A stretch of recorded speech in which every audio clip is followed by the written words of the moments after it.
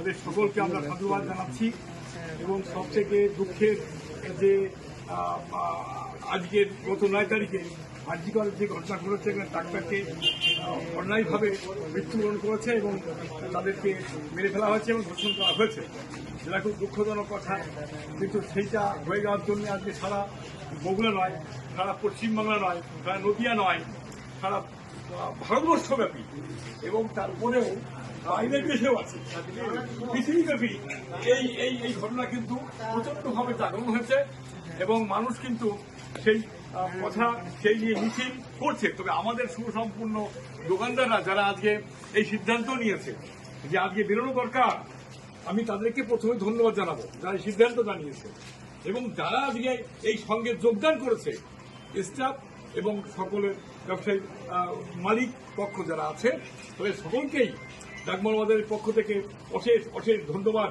যে তাদের সবার মনে যে জাগ্রত হয়েছে যে একটা মেয়েকে এইভাবে অসহায় মেরে ফেলতে পারে না, যে আমাদের ভবিষ্যৎ আগামী দিনের প্রজন্ম আগামী দিনের ভবিষ্যৎ তৈরি করতে পারত, বহু লোককে তারা চিকিৎসা করতে পারত, কিন্তু সেইটা পারা সম্ভব হয়নি।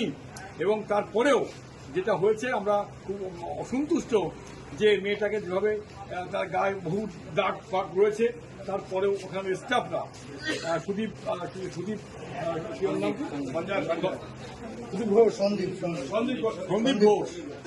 সন্দীপ ঘোষ যেভাবে তাদের রিপোর্ট করেছে যে মেয়েটাকে মানে আত্মহত্যা করেছে এবং খুব চালাকি আমাদের মনে করছে আর কি, পরবর্তী সময় দেখছি যেটা চালাকি গ্রহণ করা হয়েছে এবং অন্যায়ভাবে চালাকি করা হয়েছে। আরে যেটা হয়েছে ঘটনা সেটা প্রকাশ্যে এলে হয়, এটা মানুষ মেনে নেয়, কিন্তু এইটা কিন্তু ওই কলেজের ব্যাপারটা নিয়ে কেউ এটাকে মেনে নিতে পারেনি। কারণ যে ঘটনা পরবর্তী সময় শোনা গেছে তাতে সে আত্মহত্যা করেনি, তাকে মেরে ফেলা হয়েছে, কত কষ্ট কত যন্ত্রণা দিয়ে তাকে মার্ডার করা হয়েছে। এই জন্য আমরা সকলেই আমরাও ব্যথিত। আমাদের জন্য মনে হচ্ছে যে এটা আমাদের ঘরের যেন ছেলে মেয়েকে এই ঘটনা ঘটিয়ে দিয়েছে, এটা কিন্তু আমাদের কাছে মনে হয়েছে। তাই সবাই আজকে আমরা যে শত শত এর আগে বহু ডাক দিয়েছি, তাদের যে সংখ্যাগুলো হতো তার থেকে কিন্তু আজকে বেশি সংখ্যাগুলো হয়েছে এবং সকলেই উদ্যোগ হয়ে ঝরামা দোকান বন্ধ করে 8টার মধ্যে আমাদের ডাকমারবাদের পক্ষ থেকে আমরা গেছি। আমরা মনে করব যে তার প্রতি সুবিচার হবে এই আশা রেখে সকলের শুভ কামনা করে, আমাদের ডাকমারবাদের ব্যবসায়ীদের শুভ কামনা করে, বাজারের মঙ্গল কামনা করে, আত্মার শান্তি আমরা কামনা করছি।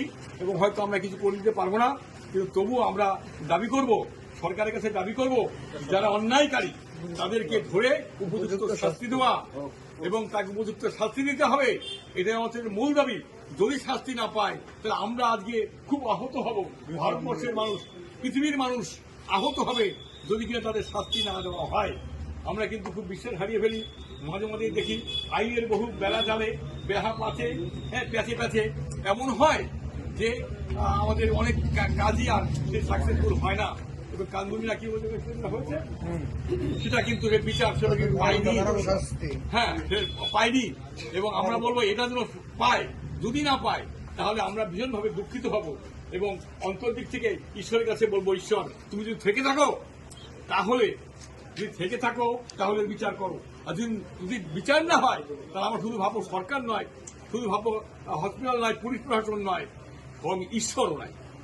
এটা কিন্তু আমাদের কাছে মনে হয় যে স্বয়ং ঈশ্বর যদি এই বিচার না করে তাহলে বা শুভবুদ্ধি না দেয় তাহলে কিন্তু এটা হবে না, এতে মানুষ কিন্তু আহত হবে। এই কথা সকলকে শুভ কামনা করে, তার আত্মার প্রতি শুভ কামনা করে আমি আমার বক্তব্য আমি শেষ করছি। যদি স্লোগান থাকে তো দিতে হবে।